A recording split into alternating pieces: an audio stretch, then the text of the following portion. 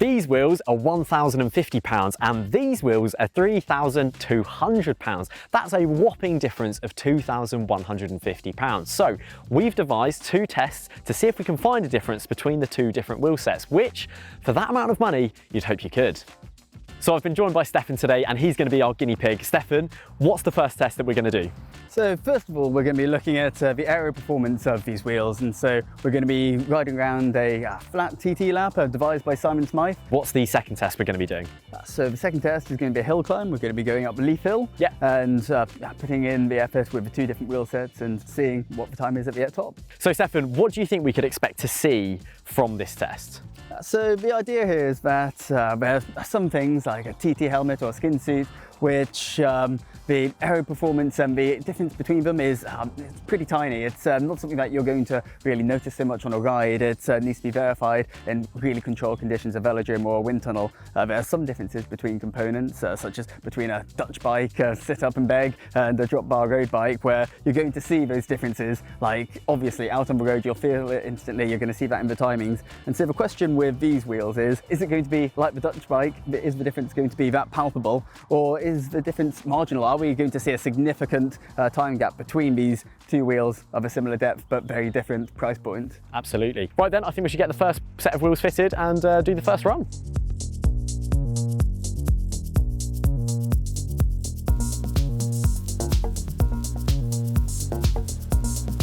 In a test like this, there are plenty of variables we need to keep a lid on, so we've used the same tyres, sealing, cassettes and rotors across both wheel sets.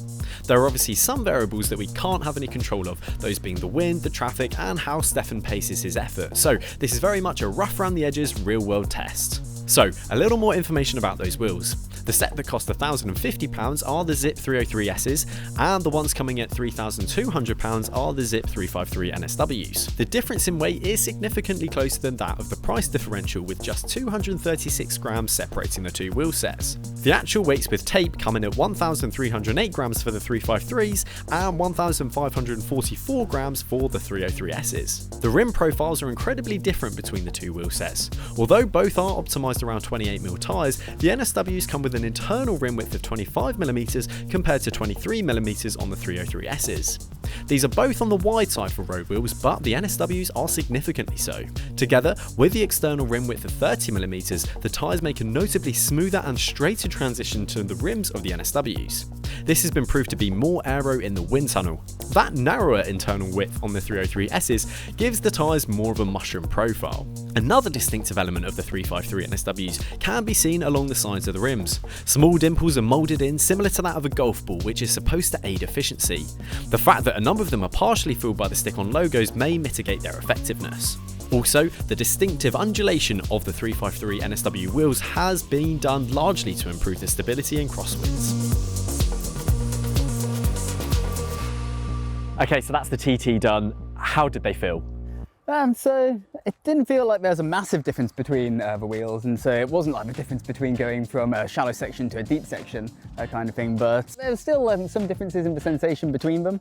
I think that with the 353 NSWs, it was mainly flat, but there were some rises, and on those rises, it did feel like that a little bit more responsive, sort of when pressing on the pedals. And when it came to ticking along the flat, I mean, like this isn't a double-blind trial, and so I knew exactly what wheels I was riding. So there is a certain amount of cognitive bias coming in there, but they felt nice going along the flat. They felt fast, it felt really good ticking over, and so the feeling of the 353 NSWs was really quite good, but then the 303s weren't bad at all either. I guess it's that thing of, okay, well, do they feel £2,000 better? And that's a trickier question to answer. So then in power numbers, were you able to match a normalised power? Well, in terms of the normalised power, I managed to keep things pretty much perfectly the same between the tests, which was quite good. But in terms of the times that turned in, there's a bit of a surprise, bit of a turn up for the books there, with the 353 NSWs coming in slightly slower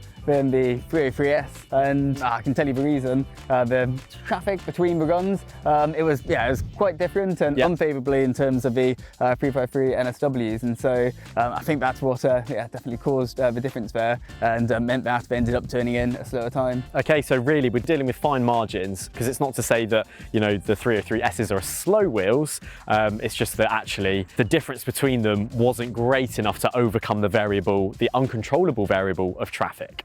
Yeah, exactly, pretty much. Okay, so I think we need to now put them up a hill climb and see how they perform there.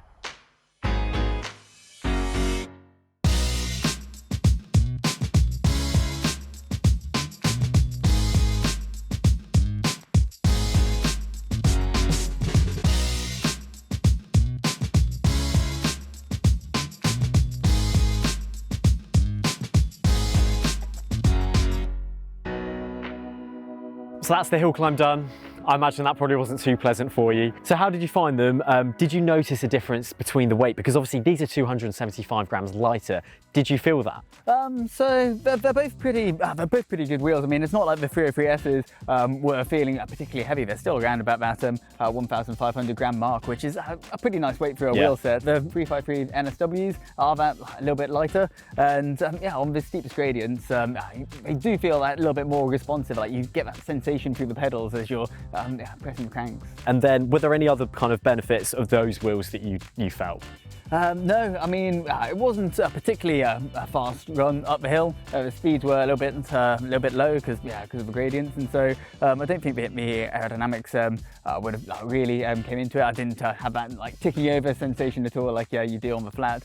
And so yeah, really, it's mostly the weight differences here that are making the differences. Okay, so put me out of my misery. What was the difference between the two wheel sets up the climb?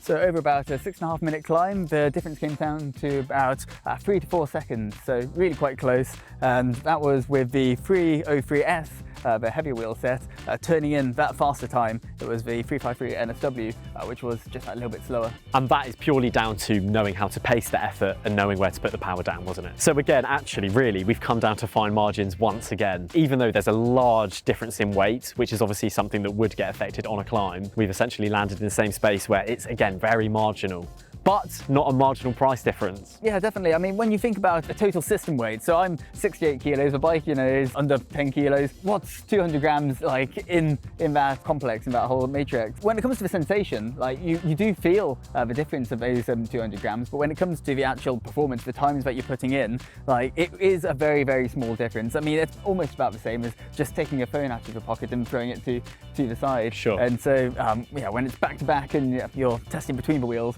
the difference is something that you can feel, but in terms of just how much higher up the Strava leaderboard you're going to go, it's not so much, is it? Yeah, absolutely. Okay, so putting the numbers to one side for a moment, because it can be very easy to get bogged down in power numbers and times. Subjectively, do these feel £2,000 better? Well, I think that comes down to how much £2,000 really means to you. I mean, this wasn't a blind test at all, but I did feel a difference with the lighter wheel set. I mean, that 200 grams difference, yeah, it's the kind of difference that you do notice, even if it doesn't turn around much faster time. And so I think that, yeah, there's kind of two reasons to be going for the 353 NSWs. Like, one is you're like racing at the very pinnacle, and those milliseconds are exactly what counts, and you're not going to sacrifice anything anywhere. And second is, if you have that money to spare and you do want that feeling and you think that feeling is worth £2,000 to you, then yeah, by all means go ahead.